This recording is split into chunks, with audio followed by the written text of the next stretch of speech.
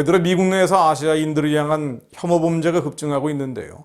문재인 정권의 행태와 함께 잠시 언급하고 기도하려고 합니다. 2021년 이른바 미국 내 아시아인 혐오 범죄는 거리에서 상점에서 지하철에서 예고 없이 이루어지고 있습니다. 23일 뉴욕에서도 61세 중국계 남성이 폭행을 당해 중태에 빠졌고요. 같은 뉴욕에서는 지난달 17일 파키스탄계 여대생이 염산 테러를 당하기도 했습니다. 21살의 예비 의대생인 나피아 파티마라는 이 여성은 차에서 내려 집에 들어가는 중에 괴한에 의해 염산 테러를 당했는데요.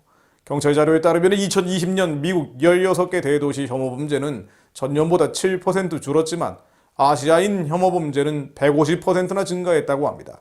코로나 팬데믹 속에서 말입니다. 언론에 보도된 것 외에도 보도조차 되지 않은 이유 없이 길거리에서 밀침을 당하거나 얻어맞거나 욕을 들어먹는 혐오 범죄는 훨씬 더 많다고 합니다. 이런 범죄 급증의 원인은 지난 수년간 미국 내에서 심해진 반이민 정서가 코로나로 인해서 반중국, 반아시아 정서로 옮겨 붙은 것이라고 볼 수 있습니다. 아메리칸 드림과 함께 인종차별이라는 아메리칸 딜레마가 공존하는 미국의 맨 얼굴을 보여주는 것으로 볼 수도 있죠. 실제로 구글, 테슬라, 마이크로소프트 등 최첨단 IT 기업의 수장들은 이민자들입니다. 아메리칸 드림을 이룰 수 있는 곳이 맞습니다. 그러나 인종차별은 여전히 미국 사회의 큰 숙제로 남아 있습니다. 특히 비영어권인 아시아인에 대한 차별은 역사적으로도 뿌리가 깊죠. 아시안을 미개하고 야만적이고 불결하고 전염병을 옮기거나 신뢰할 수 없는 위험한 존재로 간주하는 이른바 옐로우 페릴, 황화론입니다. 1882년 중국인 배제법은 법으로 특정한 인종의 노동 이주를 금지한 대표적인 사례입니다. 2차 세계대전 동안인 1942년부터 1946년까지는 약 12만 명의 일본계 미국인들이 안보상의 이유로 수용소에 감금됐습니다. 그런데 이들 중에 8만 명이 미국에서 태어난 일본인 2세 혹은 3세였죠.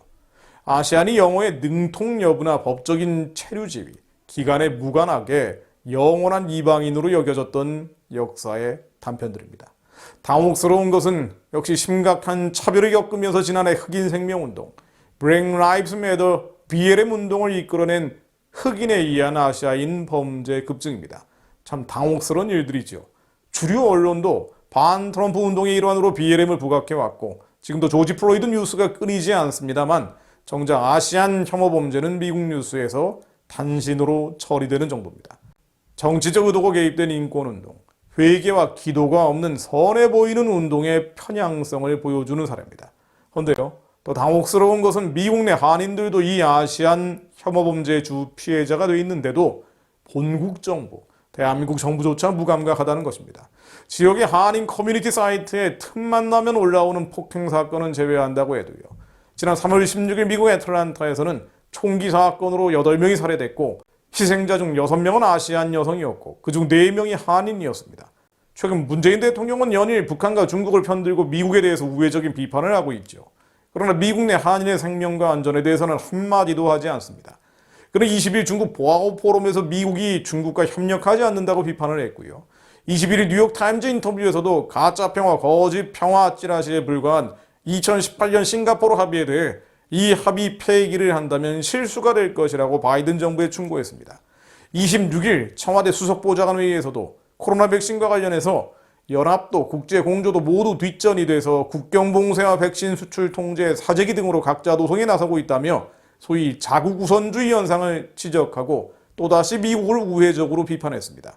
그러나 위기에 처해 있는 미주 동포들에 대해서는 얘기하지 않습니다. 이러다 보니 이수혁 주비대사도 아틀란타 사건 관련해서 피해자의 장례식뿐 아니라 총격 사건이 벌어진 이후에 사건 현장이나 추모식을 찾은 적도 없습니다. 조 바이든 미국 대통령이 3월 19일 사건 현장을 찾아서 아시아계 지역사회 지도자들과 만났을 때도 이 대사는 현장에 없었죠. 놀라운 일입니다.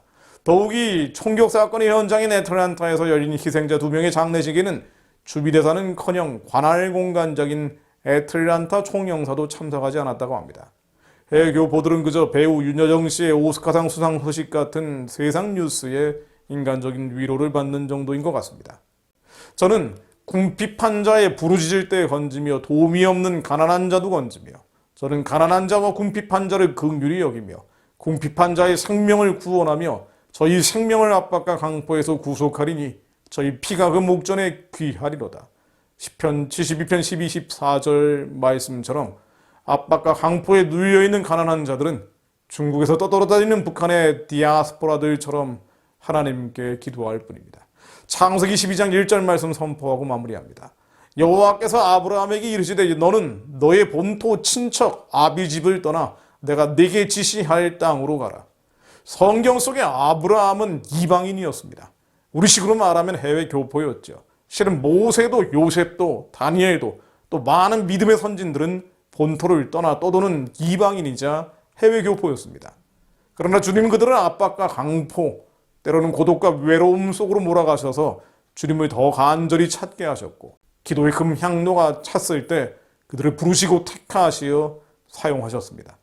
그리고 이방은 물론 본토의 친척과 아비의 집을 구원하는 자들로 사용하셨습니다. 미주 한인을 포함한 해외 디아스포라 수많은 선교사분들은 아브라함처럼 고향을 떠난 이들입니다. 심지어 사악한 본국 정부의 도움을 받지 못하고 떠도는 방랑자들에 불과할 수도 있죠. 그러나 이것은 뒤집어 말하면 나라와 민족을 향한 더 강한 기도의 사명이 있음을 의미합니다. 그가 머무는 땅의 회복은 물론 대한민국의 회복을 위해 더 부르짖어야 하는 것이 디아스포라인 것입니다. 5천만 한국 국민, 2,500만 북한 동족, 750만 명에 달하는 디아스포라들 가운데 남은 자들이 한 목소리로 하나님께 기도합니다. 하나님, 이 민족의 주님이 기뻐하시는 주님의 종, 주님의 마음에 기뻐하는 택한 자를 지도자로 세워주옵소서. 상한 갈대를 꺾지 아니하며 꺼져가는 등불을 끄지 아니하고 지혜로 공의를 베푸는 지도자, 쇠하지 아니하며 낙담하지 아니하고 세상과 이방에 공의를 세우는 지도자, 그들이 우리 다음 세대 가운데 일어나게 하옵소서. 그들로 백성의 언약과 이방의 빛이 되게 하시고 흑암에 처한 한국민을 간에서 나오게 하시며 북한 동족을 옥에서 이끌어 내어 주옵소서. 주님 새 일을 행하여 주옵소서. 예수 그리스도 이름으로 기도했습니다.